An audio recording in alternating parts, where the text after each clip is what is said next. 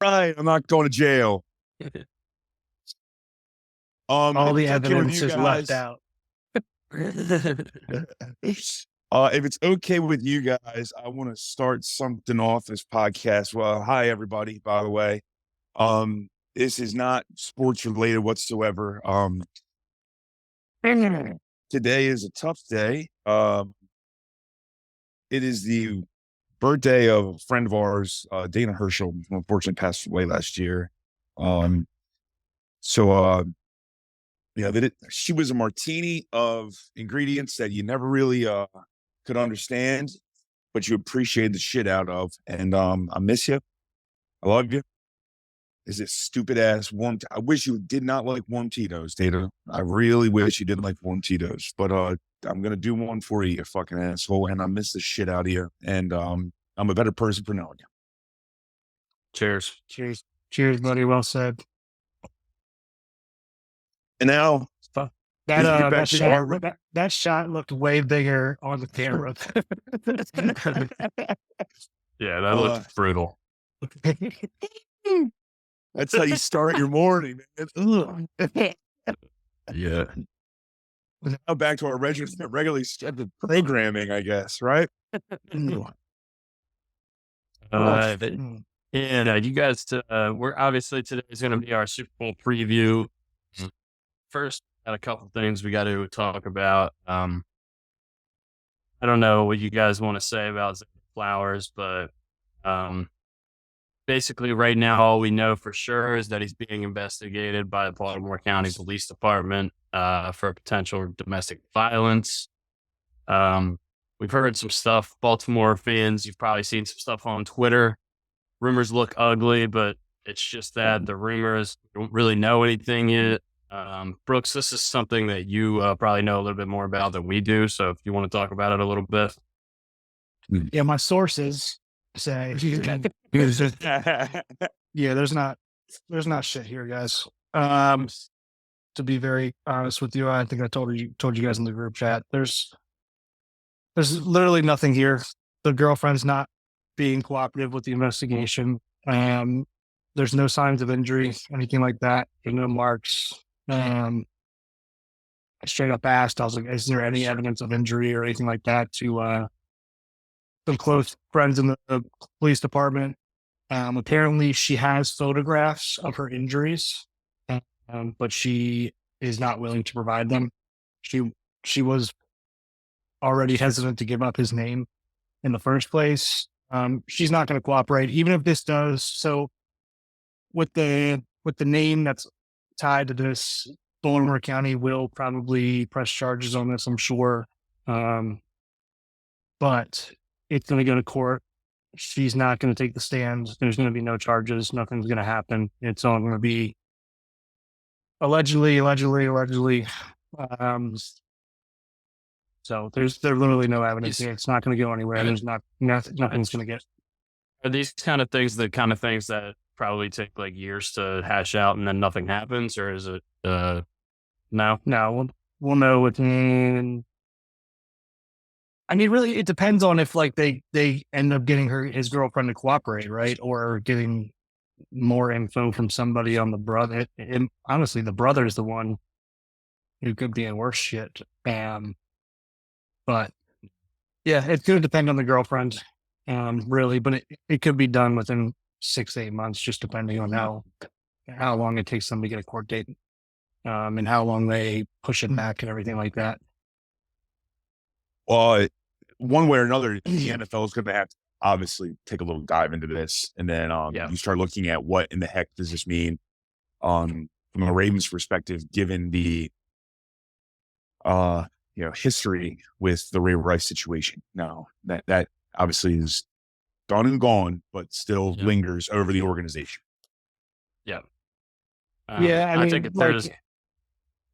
I just Go ahead, Brooks. I find it hard, I guess, just because I was in law enforcement, for people to hand out suspensions without any evidence or criteria. Like it's like are we just going that you're guilty until proven innocent at this point? I mean, Yeah. I used to say it's like any girlfriend or wife of anybody could come ahead. Like if they got into an argument one night, just go and be pissed off and be like, "Oh, he beat me," and then they're gonna get suspended. Like, I mean, or this could be something where it's gonna affect betting lines. Where I don't know, who knows if somebody gets involved in saying like, "Hey, Patrick Mahomes can't play the Super Bowl now because his wife came and saying something, and now he has to be suspended." Like, I just think it's stupid before the case, like anything comes out and finalized. Yeah, I think in the world of social media, though, that's kind of the world we live in. If you're a public figure, you are guilty until proven innocent. It's not the world that's not supposed to be set up that way, but it seems like it has been set up that way. Obviously, if there's any truth to rumors, we're not condoning any kind of domestic violence, anything that would have happened, potentially. Hopefully, all of this stuff comes out that it was a lie. It was, nothing really happened. Nothing was that bad. But yeah, Did it probably happen? Yes, but that's just my biased opinion about what I know about police work. Yeah. That's why I wanted to defer to you, Brooks, on this one, because given that your history and what you know and how these processes work, and it's important. So I appreciate your knowledge on this.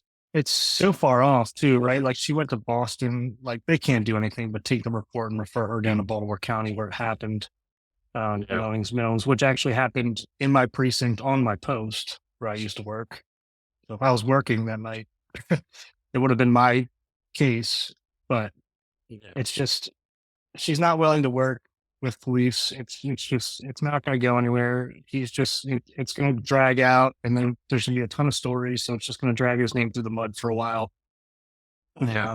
Honestly, hopefully they can settle it and be done with it as soon as possible. That way he can get past it. So his name stops getting brought up. I mean, we haven't brought up Joe Mixon's name since the draft and his was probably the worst I've ever seen. And he's still playing in the NFL.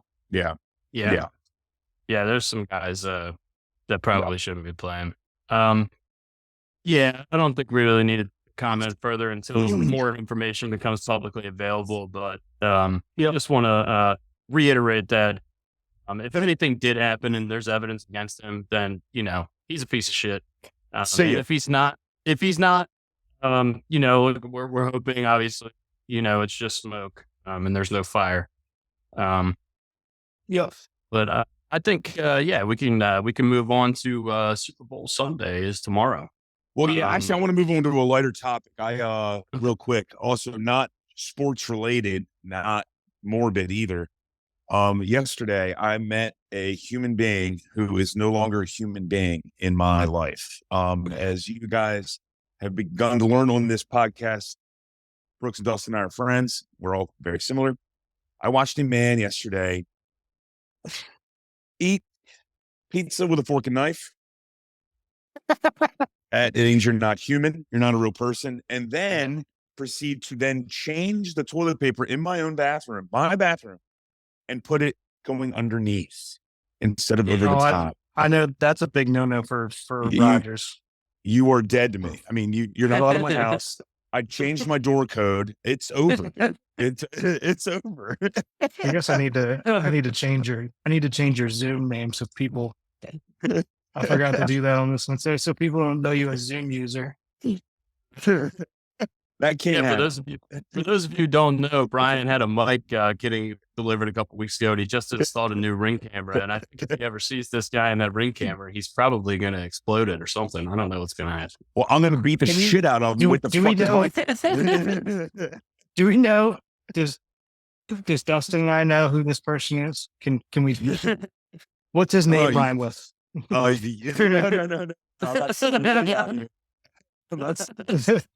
And it doesn't rhyme with Floyd, I promise. Does it rhyme? Was it rhyme with bean, soy? I'm like, I don't care about the toilet paper. I know that's a big pet peeve of yours, but fork and knife, unless it's Chicago style pizza, what are we doing? I looked at the guy and I'm like, are you eating that with a fork and knife? It was a Tutti Gusti pizza. I'm like, this isn't like steak pizza. He's like, yeah, Like I can understand if it's deep dish and like you can't pick it up. Come on, He was like, it's really hot. I'm like, then blow on the damn thing. Like, and Wait you're 2 using my minutes. fork and knife. My You shouldn't have taken it away from him. Say, this is my house. You can't do this in here. You eat this. You got to eat this on the sidewalk.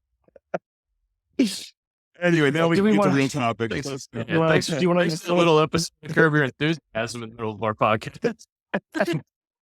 Do you guys want to hop right in the Super Bowl, or do we want to do like NFL awards and other stuff real quick, and then go to the Super Bowl? Yeah, we can talk about the awards, I think. Yeah. MVP. Hall of Fame, MVP. Yeah. MVP. NFL honors Lamar Jackson MVP, Joe Flacco comeback player of the year. Unbelievable. Debatable. But look, it's not the worst injury you come back from. It's the player who performed the best. Obviously, DeMar Hamlin did something insane, but he didn't play very much. It's pretty unprecedented. I think you can make an argument for him, but to be honest with you, you can make an argument for Baker Mayfield too. He led his team to a playoff win. Joe Flacco did. That's why there should be. Sorry for talking over you. That's why there should be another award here. Like there should be comeback player of the year. Then there should be like a most improved player of the year. Like because he didn't come back from injury. You know what I mean? Like if he came back from injury, like even Joe Flacco said, he's like, what would I come back from? Being a bum on my couch, like taking my kids to school? I didn't come back from anything. Like he didn't want the awards. He wanted DeMar to get it, I think. So All I could think of when he won the award was, I know this is so random, and I don't remember the year, so I apologize in advance. But when Monica Seles lost comeback player of the year at the ESPYs to Michael Jordan, Monica Seles got stabbed on the court, and Michael Jordan won it from playing fucking baseball. Yeah, man. Like I said, it's not the injury you come back from. That's probably come back. That's probably when the NBA was like, yeah, we need another award, like not just comeback player of the year, most improved or something. Monica Seles got the other stabbed. the other big one, quickly we can Dustin, run that I don't agree with is the defensive player of the year, Myles Garrett. What are your guys' thoughts on him on that one? I would think. Go ahead, Dusty. No, I think a lot of people think Watt or Parsons got it. I think Watt's numbers are probably the best, but it was kind of one of those things where Myles Garrett hadn't won, TJ Watt had one, and they were pretty close in most of the eyes of the voters, and so they just gave it to Myles Garrett. I think this is stupid, by the way. But look, I'm not a big LeBron James fan, but we can't argue that LeBron James shouldn't have like 9 or 10 MVPs just because he won a couple very early. He was the best player in the league for 10 out of the last 20 years at least. And it's just, look, give the award to the best player in the league. Don't give it, if it's close, just give it to this guy thing. That's bullshit. Who thinks the best player and vote for him? Yeah. Ryan, what do you think? It becomes a story thing, like, writers, and it's voted on a lot by writers, or if not a majority, writers. And so they need a new story. They need something to write about. They need a new topic. What makes them sell papers or get clicks? And TJ Watt's not moving the needle because he won it last year. So now you get a chance to give it to Myles Garrett. It's the same thing with the NBA MVPs. It's a bullshit. I mean, it's so much bullshit. So I take no stock in any of this stuff. Even the MVP award is kind of bullshit as well. I mean, it's just, what is the fucking story that you can write about? And that sucks. Yeah, it's never going to be anything other than a quarterback now, because quarterbacks are getting paid 60, 70 million a year now. So it's always going to be a quarterback. It's not going to be McCaffrey or a running back unless you got to do something incredible to get out a quarterback at this point. I'm not going nostalgia. I'm just being real. I remember back when the Heisman was going out, and Ndamukong Suh should have won it that year. And I forget who won it. But Ndamukong Suh at Nebraska was without a doubt the best player. And I know he fucking plays defense, and he's in the middle of the fucking D line, but he dominated. And I don't care if he's a good person or a bad person. He dominated, and they would just want to give it to a fucking quarterback. That's all that matters, or a running back, whoever the hell it was. Yeah, I can't remember for sure, but I think that might have been Mark Ingram.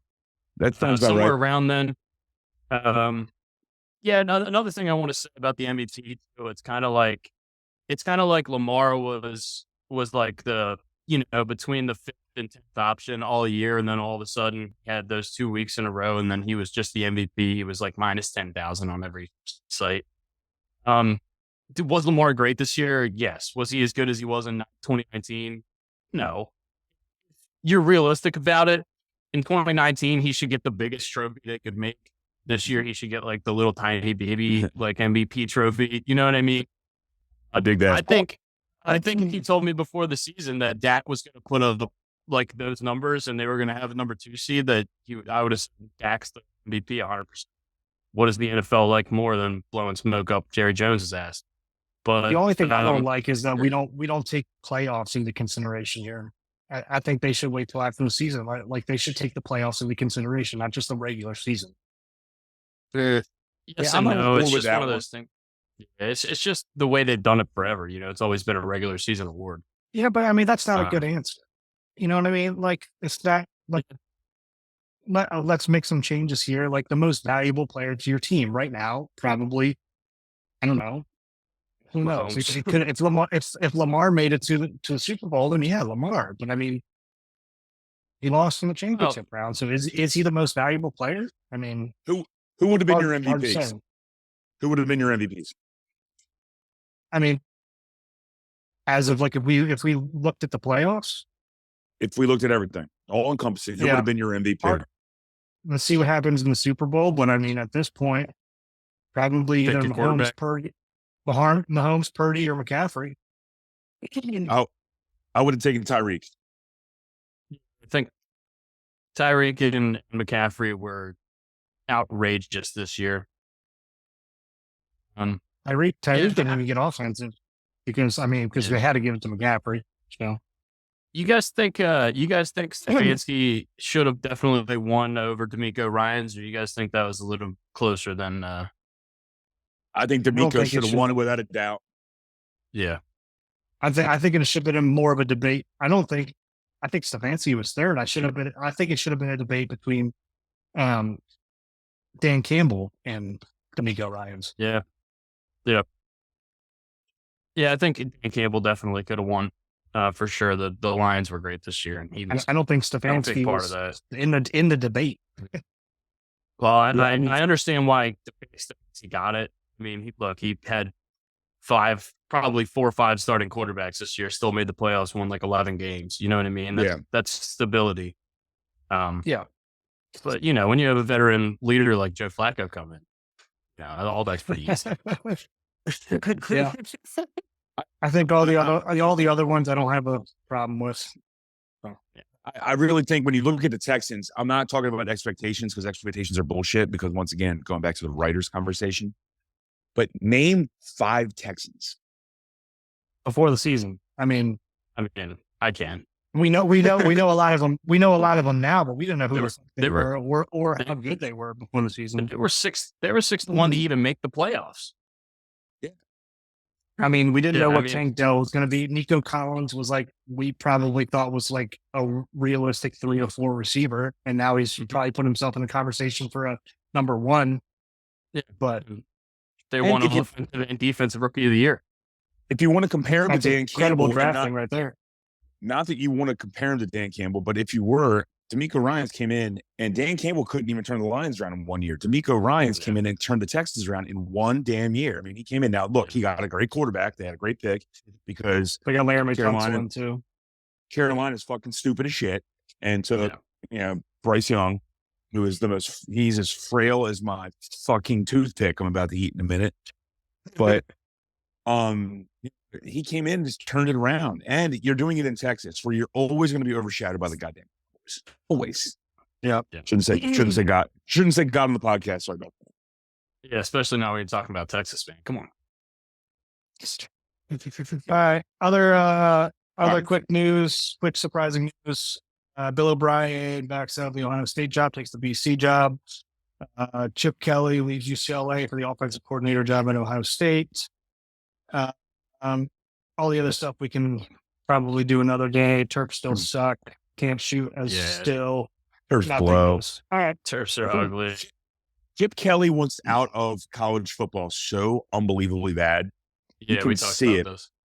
He wants out so bad, and the fact that he took that job means that he does not want to recruit anymore. And it's like, He doesn't then like Ryan NIL. Day, yeah, he hates NIL, and he hates the way that the alignments and conference plays going.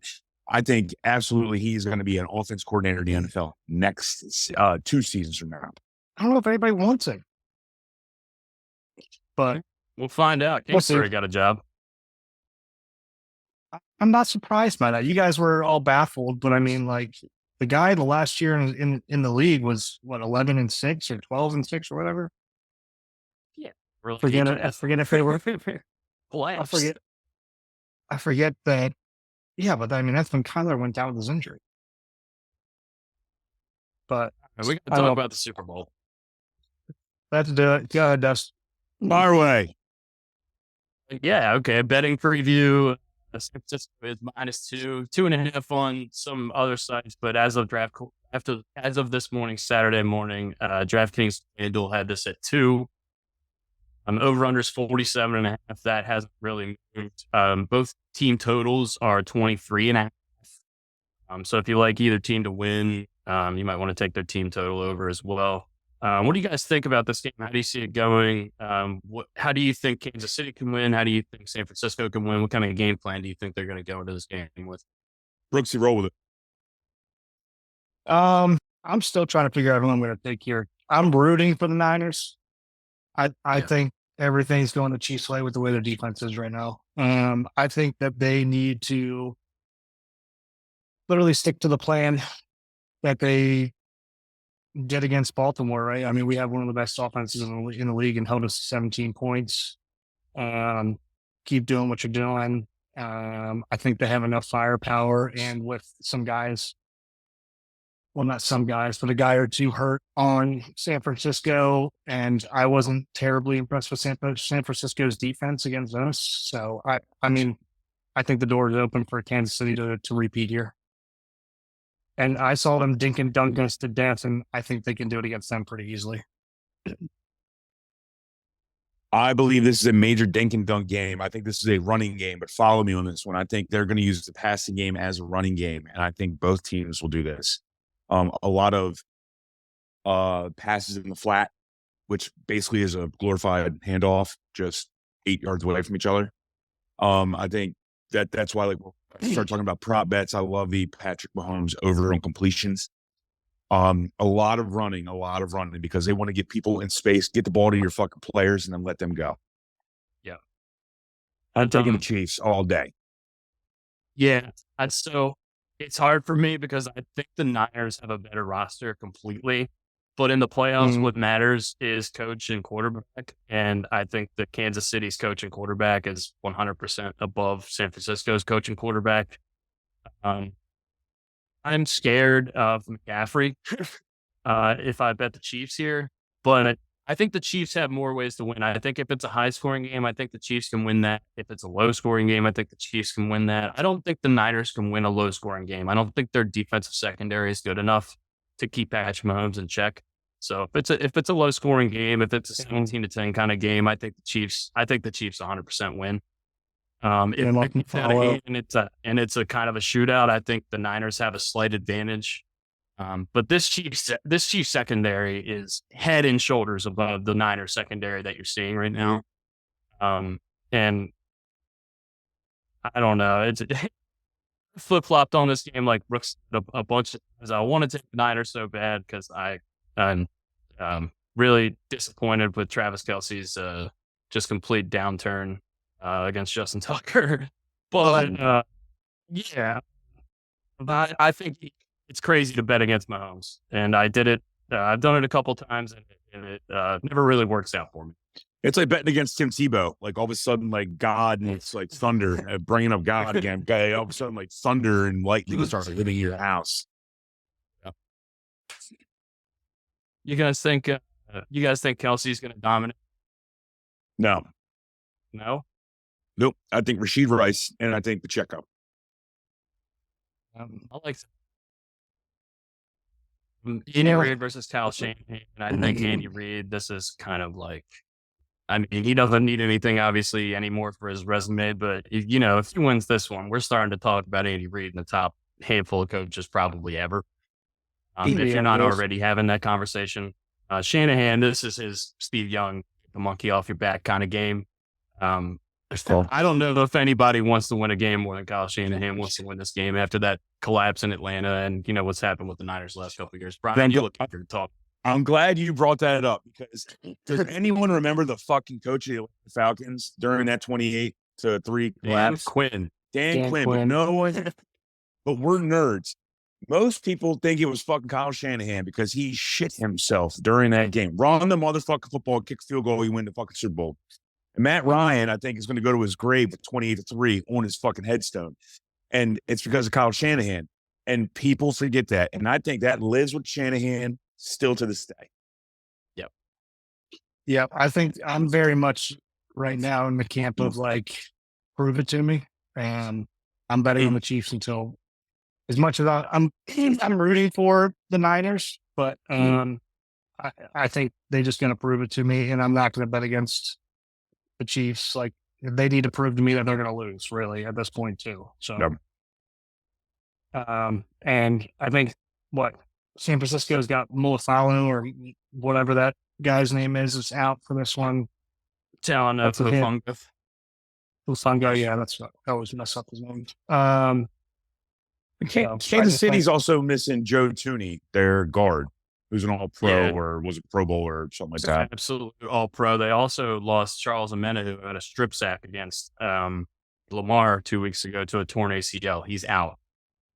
So that's a big blow to their defensive line, but they still have Carl Optis. They still have Chris Jones, and Chris Jones was just doing whatever he wanted on the field against the Ravens. Yeah, so unblockable. That man puts his toilet paper over the top without a. We can run through some odds real quick. So MVP odds. I actually thought this was interesting. Only 6 of the last 10 Super Bowl MVPs are quarterbacks. So there is some wiggle room if you want to take a flyer on one of these guys down the board a little bit.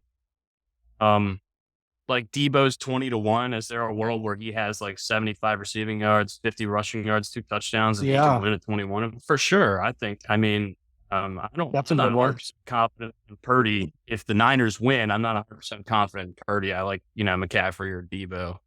But it's, I mean, I'm looking at Kelsey 12-1 as well. If Mahomes has like 100, last year he won 180 yards and 2 touchdowns and he still won an MVP. I think if he has that kind of game and Kelsey has anywhere close to 100 yards, then they'll give it to Kelsey. What do you guys think? You see anything that stands out? I think Debo is the play here because of the rushing yards that are possible. Because anytime that you start, if you're a receiver and you start throwing passes to Brandon Ayuk, they're going to give the credit to the quarterback, which is unfair. That's why I like Debo in this play here, especially with those odds, because he can run the ball and you can't credit Purdy with that. 20-1 odds, and he's a dual threat, really. Yeah. I'm taking that all day. Yeah, I dig Chris Jones here all day. This 100-1. He eats children for breakfast. I mean, are you kidding me? throw $10 on. Throw $10 on. I think the last defensive player, correct me if I'm wrong, I think the last defensive player to win was Von Miller, and that was when Peyton Manning was throwing absolute ducks at the end of his career because he had no necks. I mean, look, Chris Jones has a couple sacks and, forces a fumble. I think 100-1, and it's certainly possible, but it's a long shot for sure. Oh, it's a long shot, but damn it, it's worth throwing a couple bucks. Worth throwing a couple bucks on just in case. You imagine that son of a bitch chasing you? I'd be terrified. No, I don't want to imagine that. Yeah, I would be displeased if that happened to me. You want to go to some other you'd be ruining my day. Passing Mahomes' number is 260 and Purdy's number is 248.5. I have some stats on here. Mahomes in the last 12 weeks has only gone over 260.5 4 out of the last 12 weeks. They've really been running the ball a lot. Purdy has only gone under 248 in three of the last 12 weeks. They've really been throwing a lot. And that's crazy because they had McCaffrey. But like Brian said, I think there's going to be a lot of screens, a lot of that kind of stuff. So I actually, I like Purdy's over, and I actually like McCaffrey's receiving over. I think it's 35 yards. I can see him taking a wheel route, a couple wheel routes, taking a couple screens. You know what I mean? Yeah. And it's the Super Bowl. Can't hold anything back now. That's usually more low scoring game. too. You like low scoring? You're looking for no, I just think Super Bowls I think Super Bowls in general, like for the most part, I feel like end up being a little bit more low scoring than you think, just because offenses are a little tighter. People get off their game plan a little easier and panic. So I like the lower scoring, but I do like the McCaffrey over receiving, and I do like Mahomes under throwing. Yeah, I think the biggest bet I've heard on a lot of the people I listen to, people love Pacheco over 68.5 yards. I think Brian's probably going to like that too. He sees a lot of running. I think for sure he could do it, but San Francisco's got a strength on defense. It's their front seven. So that one would worry me just a little bit, just because their front seven is so good, and their secondary is weak in comparison. I think Mahomes could kind of slice and dice them up a little bit. And that's why I actually don't like the bet, Dusty, is because I believe that a lot of what's going to happen is these dink and dunk passes out in the flat that they're going to be able to run, because that front seven is so strong. Put the ball out on the wing and let it go up the sidelines. Yeah. Yeah. Andy Reid's smart, and he's had 2 weeks to think about this. He's probably going to be in. He's going to game plan the shit out of this. Yeah. I mean, I think McCaffrey 90.5 rushing yards. I think there's no way he doesn't get at least 20 carries. I know we said we like his receiving yards too, but I mean, look, he's an animal. So yeah. Yeah. What you got next? I actually really like this bet. Defensively, Nick Bosa is basically even money just to have a half a sack or more. He had 2 last week. Last time they played each other in the Super Bowl, I think he had 1 or 2. I kind of like that. I think just a half a sack. I think Nick Bosa is pretty much good for that. He's one of the best edge rushers in the league, and it's a Super Bowl. I think that's a no brainer. I also like the Chris Jones number. Sorry, Brian. It's all good, man. I'm sorry for cutting you off. He's first team on triceps. I'm never going against a guy like that. And he absolutely is getting a sack in his fucking game. Yeah. I like that. And I think, Dustin, you got what? Chris Jones here plus 130. What is that? Yeah. Chris Jones plus 130 to record a half a sack. Yeah, I think Purdy's going to be running for his life from Chris Jones at least 5 or 10 times in this game. So it feels like Chris Jones is going to get home at least one of those times. Well, I just told you he eats children for breakfast, so I'm going to go with that as well. Man, I like some of these bets. Like, some of these bets are ridiculous. I mean, there's some crazy ones. I like the prop bet that Dustin put in our rundown for a kick to hit the uprights. Moody feels like a doinker. Look, I don't know. He just looks like a doinker to me. He seems like a doinker to me. I can 100% see Moody's face just completely his life losing his body. Realize he just clanked the fucking upright in the Super Bowl on like a 35-yard field goal. I don't know. I've seen that. He's been so good this year, though. I don't know. Man. You could. It sounds like a doinker. I don't. Feels like a doinker. You don't know what these Bucker's been there before. I'm not afraid of Bucker at all. I think Bucker's going to make every kick he hits 100 yards. I can see him doinking. I don't know. Feels like a doink. Afraid to get his butt kicked. One thing I do want to talk about, this is in 7 of the last 8 Super Bowls. Shortest touchdown over under 1.5 yards.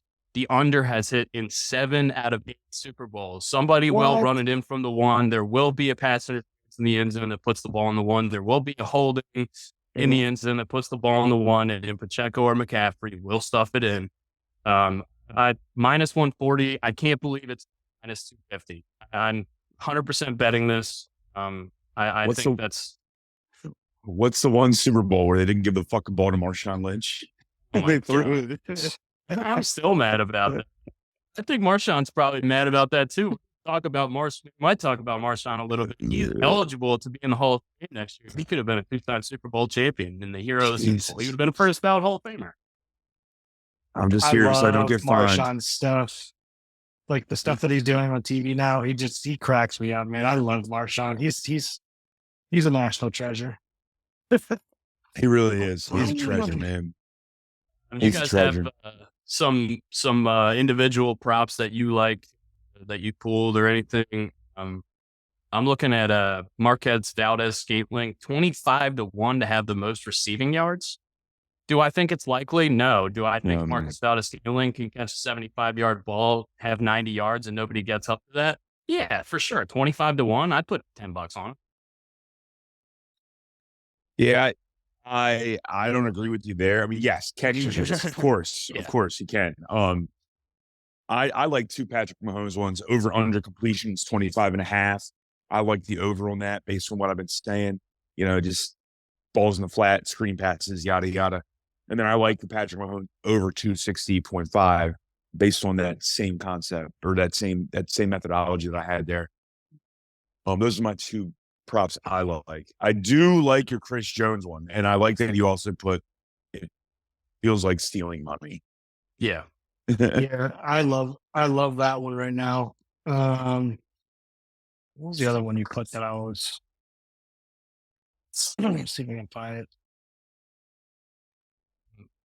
There's a stat called comeback win.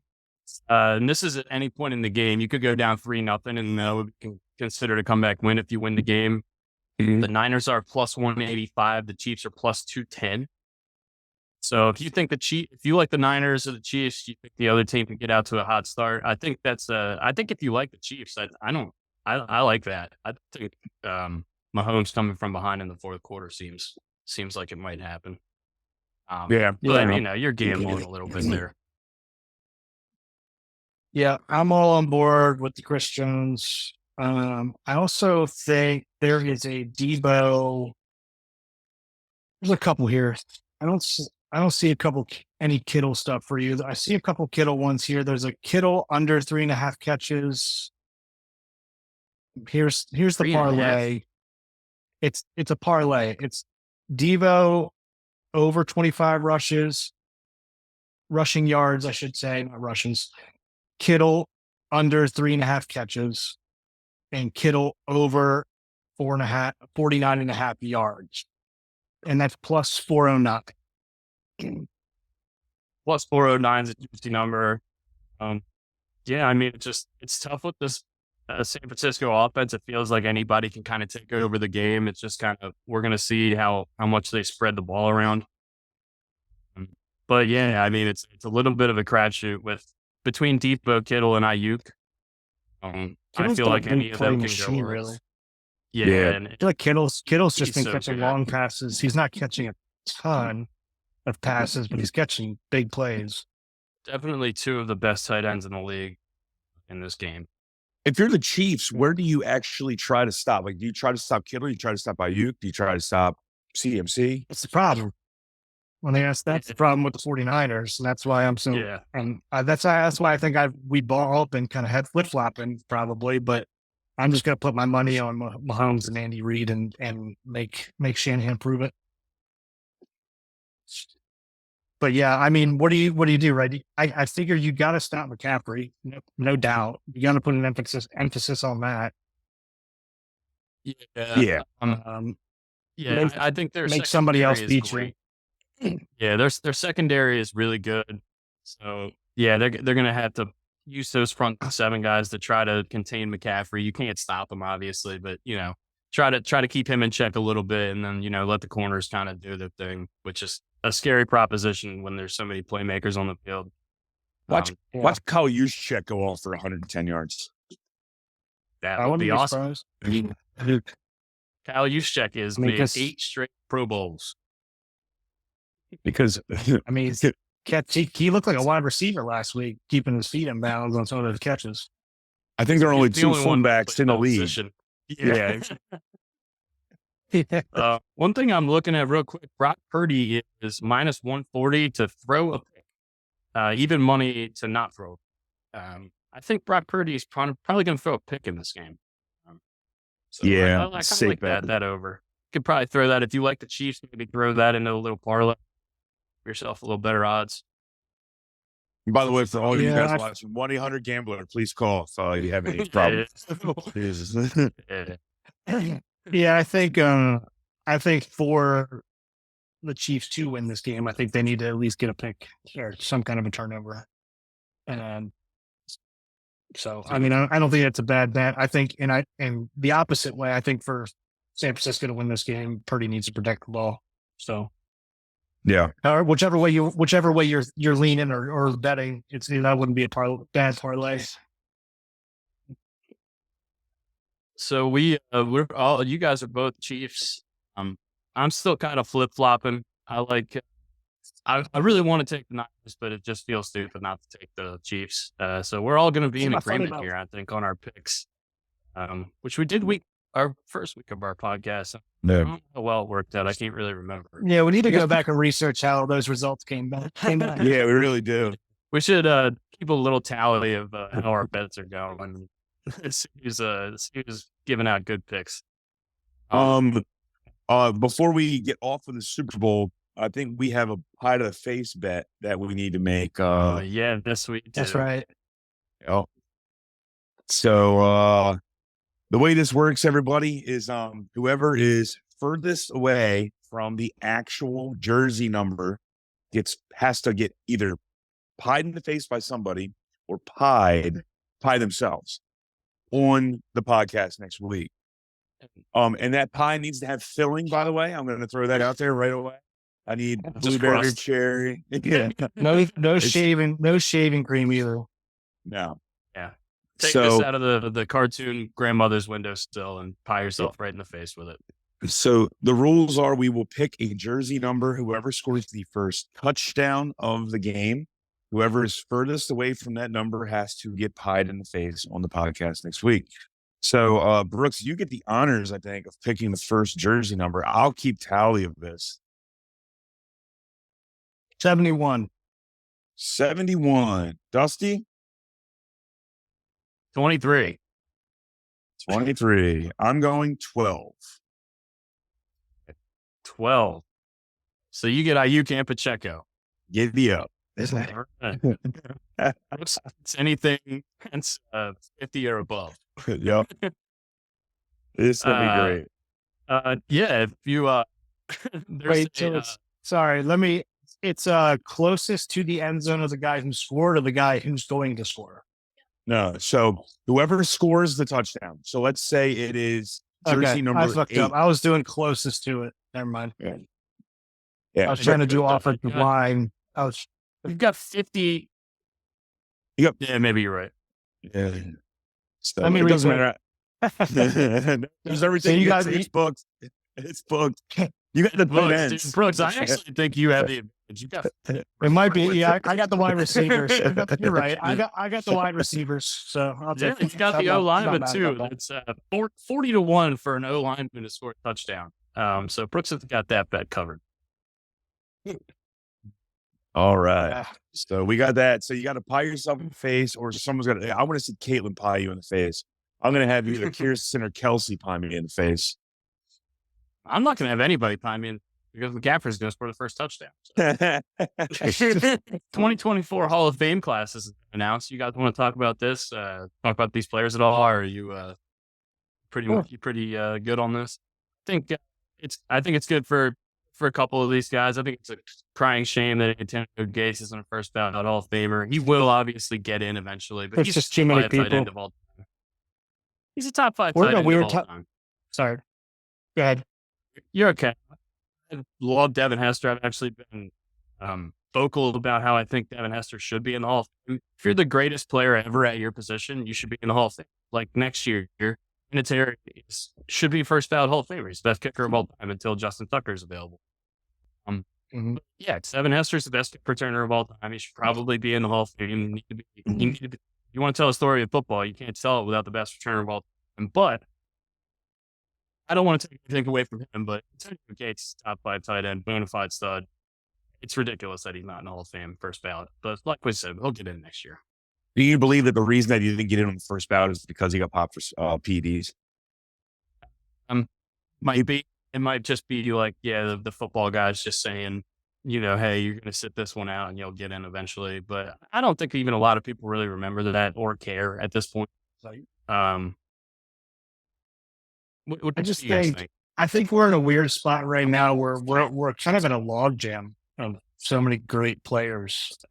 So it's just like some people are gonna have to wait, and then like eventually like they're gonna get in and probably make somebody wait that we thought should be a first ballot or was a borderline first ballot. So we're at a weird log jam right now. I think normal times I think Antonio Gates gets in, but yeah, there's just so many good players right now that it's hard. It's hard to pick. Happy for Dwight Freeney. He was probably the most scared I've ever been of a defensive player playing against my team when I was growing up was Dwight Freeney and Troy Polamalu. Dwight Freeney's spin move was like, he was just unbelievable. It was so much fun to watch. They did a sports science on his spin moves. Yeah. Yeah. John Brinkus was on the case.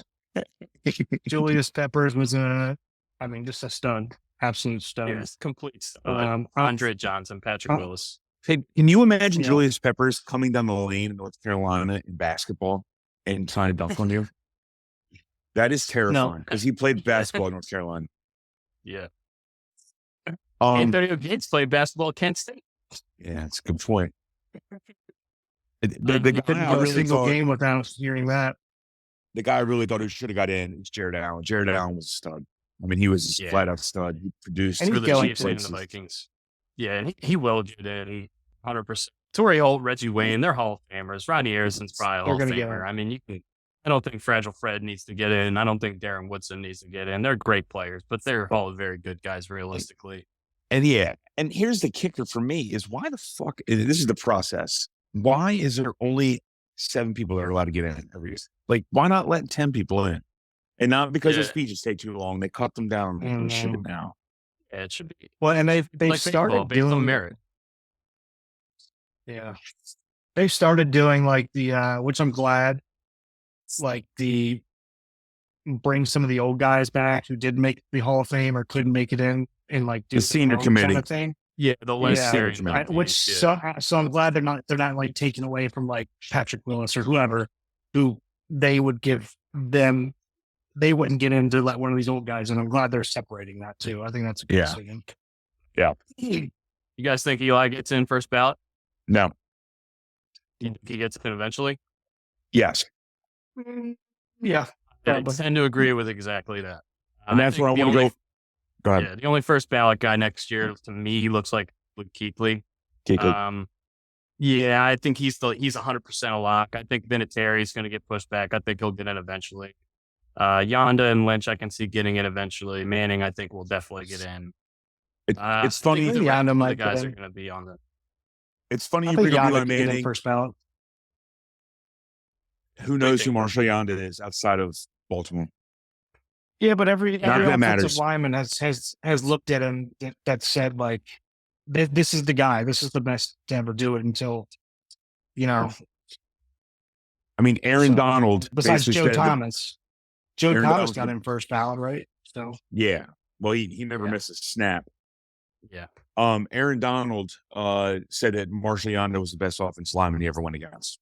That says something. One of the best players, one of the best tackles of all time says that. Yeah, you gotta listen.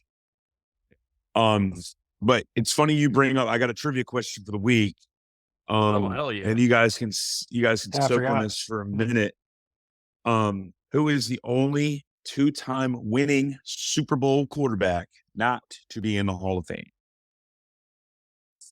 Are we Are we counting Eli Manning? No. How about this? Eligible. Eligible. Because Eli's not eligible till next year. Okay. All right. It doesn't take long to call the roll, but damn it, he's in the class. He started both of these games. Yes, he did. Okay. And they're with the same team. And you can take a week. You can soak on it for a minute. First person that came to mind was Phil Sims. Phil Sims won one, Yeah. and then And Hostetler won, right? yeah, Hostetler won the other. Yeah. Same team. So Large Ben is out. He won 2. He's not eligible yet. Not eligible. Not eligible yet. I like to call him Large Ben because fuck him. Oh, a big Baron, large Ben. Yeah, Large Ben. Grande Ben. Grande. I don't know, man. By the way, I see next year Darren Sproles is up for the Hall of Fame. That dude was a stud. Yeah, dude. Kansas State, everywhere he played, man. I don't think he'll get in, but he's just like Yeah. so underrated. Super awesome. Did everything. underrated. Did every. I mean, returner. Yeah, And, utility man. as a returner. Yeah. He was a better version Super of Brian awesome Mitchell. utility man. He was great. Brooks and I, our father's from San Diego, so he's a Chargers. We watched a lot of San Diego growing up, and Sproles was just popping off the TV all the time. And then when he went over to the Eagles, he was still great. With the Saints, he was great. I think he won a Super Bowl with Breeze. He had a great career, worth talking about, but probably not a Hall of Famer, but one of those guys you gotta talk about and remember. Can you Brian, give us an I don't era? have anything on this quarterback? Give me some 80s, 90s. Everybody I'm thinking of is either like made it to the Super Bowl but didn't win it twice, or only one. AFC. Yes. All right. Let's go through this. I'll give you Dan one more. Fouts. Nope. Never won a Super He Bowl. never won. Because San Diego's never won a Super Bowl, or LA Chargers now never won a Super Bowl. I'll give you one they more lost to San Francisco, I think. hint. Drafted by the Patriots. I don't know why the first name that just came into my head was Ryan Mallett. R.I.P. Ryan Mallett. Ryan Mallett. Not blood, so obviously. Not Kerry Collins. He didn't win. Oh no, I'm All right, I'll give it to you. It's Jim Plunkett. Jim Plunkett. Well, I wouldn't have thought of that. I wouldn't have gotten there. That's a good question though.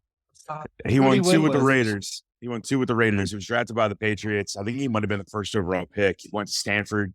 Only quarterback not to be in the Hall of Fame that won 2 Super Bowls. That's why I think Eli Manning will get in sooner or later. Yeah.